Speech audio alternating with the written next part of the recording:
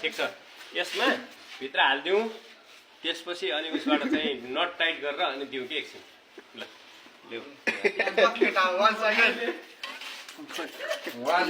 अहिले चाहिँ गर्दा यो दुईचोटि बल्लास हुँदा बिडिसीबाट टिडिसी जान